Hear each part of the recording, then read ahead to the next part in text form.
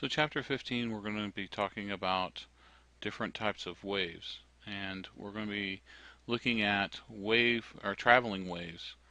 This is different from oscillating motion. And so let's take a look at the spring.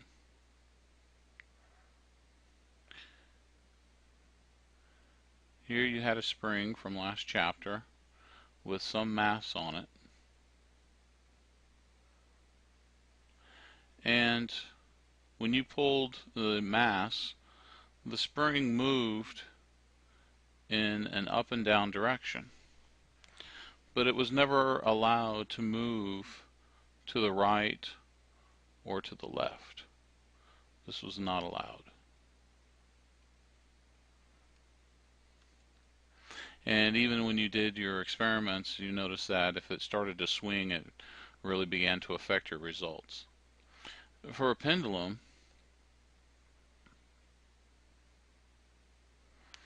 we allowed it to move in a circular motion back and forth.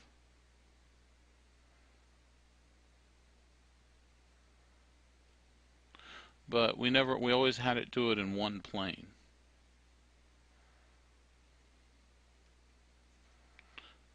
No more than that. When we talk about traveling waves, we're talking about something that's moving not only in time. These were moving in time.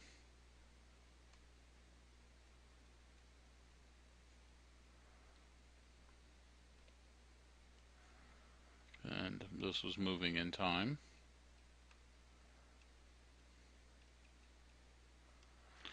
When we talk about a wave, a traveling wave, it's not only moving with time in that it's pulsating and changing amplitudes, but it's also moving in distance.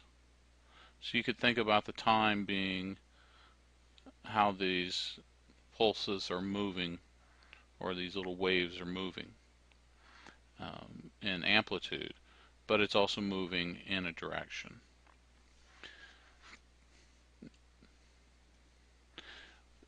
So one thing that we see with waves, because they are moving in time and in distance, you have these two vectors here. If we take this little differential piece of cord, this little piece of cord is going to be moving it's going to be moving up and down, but the wave is going to be moving from left to right. So this little piece here is going to be moving up and down, but this whole wave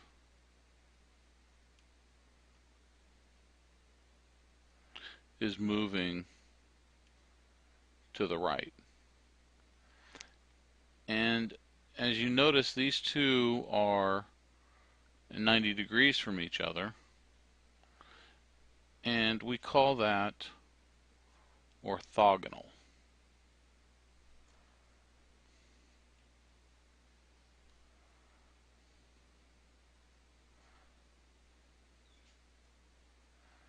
And that's just a fancy way to say they're 90 degrees opposite each other. So the cord, this little piece, moves up and down, but the wave moves from left to right. And this is because it moves in this manner, we can say that the wave motion does not affect the motion of the particle. The particle is always going to stay at this point, just moving up and down, but the actual wave is moving from left to right.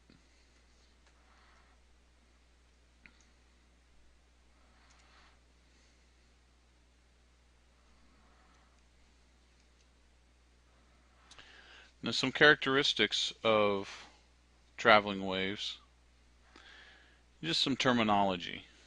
If you are looking at the top of the amplitude. That's called the crest.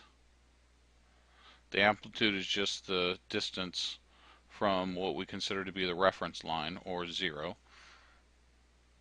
And you notice that you also refer to amplitude when it's in the negative direction, but the peak in the negative direction is called a trough.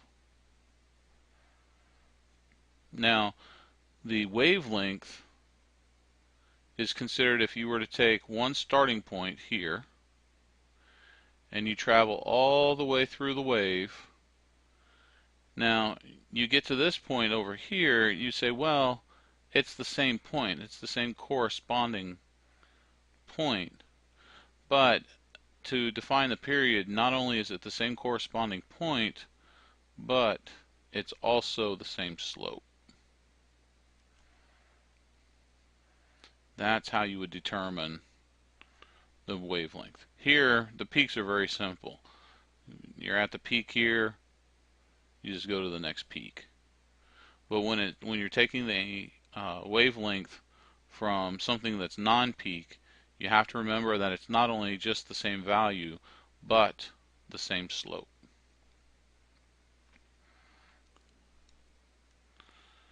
Now, wave velocity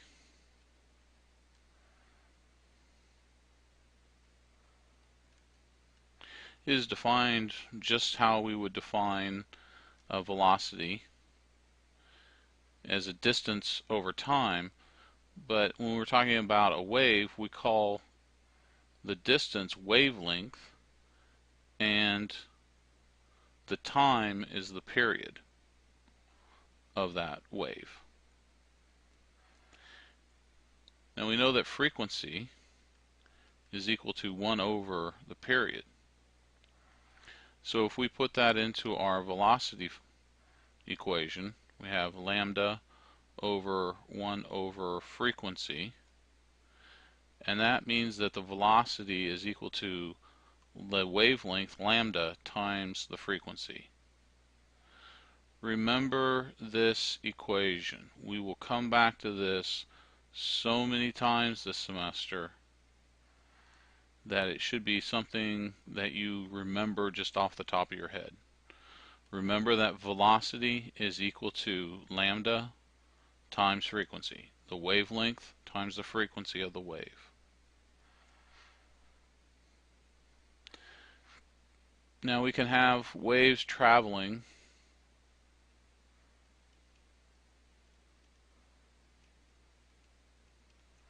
in a cord or a thin rope, much like we had here with a rope. And we have a definition of a parameter for the rope, and it's mu. It's represented by mu, and it's equal to the mass of the rope divided by its length. Now make sure when you do this, take the mass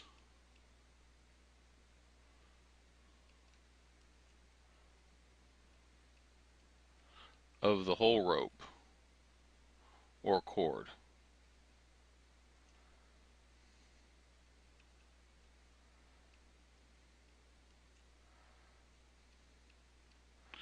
Later on, we're going to be looking at some different systems of putting these cords together and vibrating them. And when we go to find this mu value, many students get confused and they don't know what value of the mass that they're supposed to use or the length. So this would be the length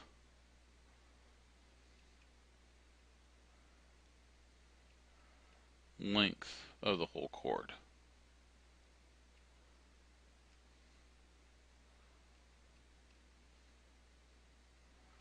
So just make sure you measure everything corresponds. The mass that you measure corresponds to the whole length of the cord that you measure. Now the other parameter that we have, this is the symbol for, is the force of tension.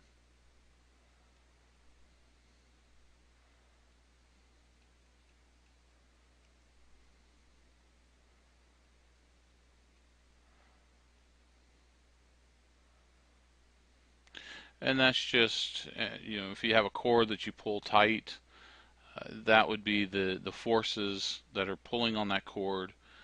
As long as everything's in equilibrium, then the forces are going to cancel out.